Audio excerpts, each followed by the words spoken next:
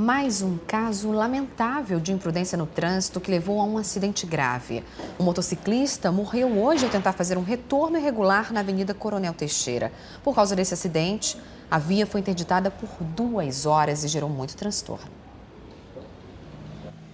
O acidente aconteceu por volta das 8 da manhã. O motociclista ia no sentido centro-bairro quando tentou fazer esse retorno irregular e foi atingido por uma carreta que seguia no sentido oposto.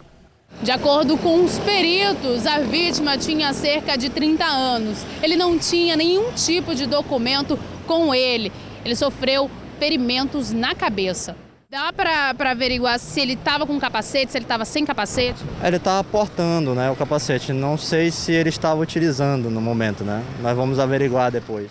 De acordo com os agentes do Manaus Trans, a manobra feita pelo motociclista é comum por aqui.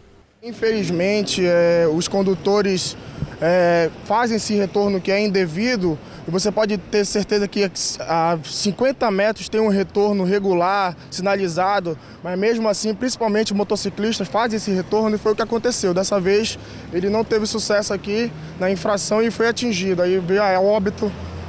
Infelizmente, muito triste, mas as pessoas têm que ter consciência. O Manaus Trans tem mantido a fiscalização séria aqui, mas continua ocorrendo. O motorista da carreta foi conduzido para o 19º DIP para prestar esclarecimentos. Por causa do acidente, a via ficou interditada por cerca de 2 horas. E vamos seguir falando do trânsito. Os transtornos continuam lá na Alameda Cosme Ferreira, no bairro Coroado. O tráfego e o fornecimento de água ficaram bastante complicados hoje de manhã por causa das obras de recuperação da adutora, que rompeu ontem. No segundo dia de obras, o trânsito ainda esteve bastante congestionado pela manhã por causa do trecho interditado na Alameda Cosme Ferreira. A nova tubulação da adutora que rompeu só foi colocada por volta das 5 horas. Os agentes do Manaus Trans tiveram de auxiliar o fluxo de veículos durante todo o dia. Que os condutores que vêm no sentido bairro Centro na Cosme Ferreira, se eles verem que a retenção está muito grande, chegando próximo ao Conjunto Tiradentes, eles podem pegar a Avenida das Flores no Tiradentes e pegar aqui a Avenida das Constelações no bairro Petros, no Conjunto Petros, e pegar novamente a Cosme Ferreira e assim acessar a rotatória do Coroado. E no começo da tarde, a concessionária tapou o buraco e começou o nivelamento da via. A parte do asfalto só deve ser colocada durante a madrugada desta quarta-feira. O fornecimento de água permaneceu suspenso em pelo menos 5 bairros da Zona Leste. E a Manaus Ambiental informou que o sistema de distribuição de água foi religado ainda pela manhã e o abastecimento já foi normalizado. O reaterro também já foi concluído e a via está liberada. Agora só falta a recomposição asfáltica, que, segundo a empresa, só vai ser feita amanhã à noite, para não comprometer ainda mais o trânsito no local. E a enchente avança no Amazonas e a Defesa Civil colocou a região do Alto Solimões em estado de atenção por causa da subida das águas. No informativo hidrometeorológico emitido hoje, pelo menos 7 municípios dessa região estão no nível de atenção, que é o primeiro estágio antes do alerta e da emergência. Por causa disso, a Defesa Civil já orientou as prefeituras para que definam um plano de medidas preventivas. A ajuda humanitária também vem sendo enviada para as áreas alagadas e as famílias prejudicadas. As cidades de Juruá, Carauari, Itamaraty, Eurunepé e Envira são as que permanecem em situação de alerta com possibilidade de evolução para o estágio de emergência. E as cidades de Guajará e Ipixuna, também na Calha do Juruá, já estão em situação de emergência.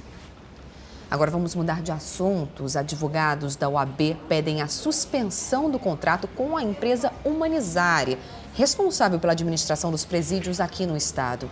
Eles entraram com uma ação que foi acatada pela juíza da 3ª Vara da Fazenda Pública. A Larissa Santiago conversou com um dos advogados do caso e traz os detalhes para a gente. A Justiça quer que o governo apresente os documentos do contrato firmado entre a Humanizare e o Estado. A empresa está há 30 meses à frente das unidades prisionais aqui do Amazonas e teve um aditivo de mais 12 meses. O objetivo da ação popular é fazer com que o Estado do Amazonas possa justificar, apresente a justificativa para esse termo aditivo que foi firmado por mais 12 meses com a empresa Humanizare. Do ponto de vista dessa ação, então, a Humanizare continuar à frente das unidades prisionais não é vantagem?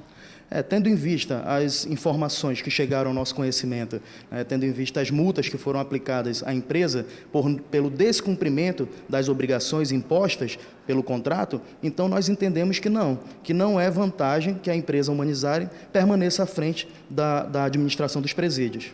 Agora foi dado um prazo para que o Estado apresente esses documentos. Se ele não cumprir esse prazo, se o governo não cumprir, o que acontece?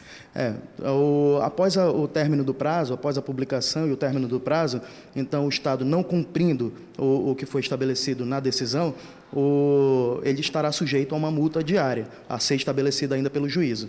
O juízo deve anular, né, os efeitos desse aditivo e retomar, no caso o Estado retomar a administração prisional. E olha, a Secretaria de Comunicação do Governo do Amazonas informou por telefone para a gente que até o momento não recebeu nenhuma notificação da Justiça, mas a Procuradoria-Geral do Estado já se antecipou e solicitou da Secretaria de Estado de Administração Penitenciária toda a documentação necessária para a defesa. Foi empossado hoje o novo desembargador do Tribunal de Justiça do Amazonas. Ayrton Gentil assume a segunda das 7 novas vagas criadas pelo TJ em 2013. A cerimônia teve a presença de autoridades civis e militares e do governador do Amazonas, José Melo. Ayrton Gentil foi eleito por critério de merecimento, em votação realizada na semana passada. Dos 8 juízes que concorriam ao cargo, ele era o mais antigo. O novo desembargador vai integrar a 3ª Câmara Cível do Tribunal. É emoção. Eu não consigo achar uma outra palavra que não seja de emoção. Mas essa emoção vem com o suporte de uma responsabilidade. A responsabilidade do cargo que a gente está assumindo, muito embora a nossa intenção é continuar um trabalho que a gente já vem fazendo no 1º grau, que, na minha opinião, vem dando certo, né? Então, a minha intenção é que continue agora no 2º grau, né, com esse trabalho em prol da sociedade do Amazonas. Ayrton Gentil assume a segunda das 7 vagas criadas pelo tribunal em 2013. De acordo com o presidente Flávio Pascarelli, as demais cadeiras vão ser ocupadas de acordo com a disponibilidade no orçamento. Essas vagas, agora nós vamos depender das condições financeiras, vamos dizer assim, da movimentação no que diz respeito à arrecadação do Estado, tá? Teremos com certeza a vaga do 5º constitucional, que será do Ministério Público. Eu acredito que a nossa economia do Estado do Amazonas, a partir do 2º semestre, ela já começa a crescer. E aí o tribunal vai ter os recursos necessários para não só bancar os custos atuais, mas também sonhar em ampliar os seus serviços, não só com a questão dos desembargadores, mas também ampliando os números de juízes, sobretudo no interior do Estado, onde necessita muito. Olha, daqui a pouco a gente te mostra todos os detalhes sobre o saque do FGTS de contas inativas. O calendário de pagamento foi divulgado hoje e a Caixa Econômica vai fazer plantão para tirar dúvidas. Eu volto já com essa e outras notícias.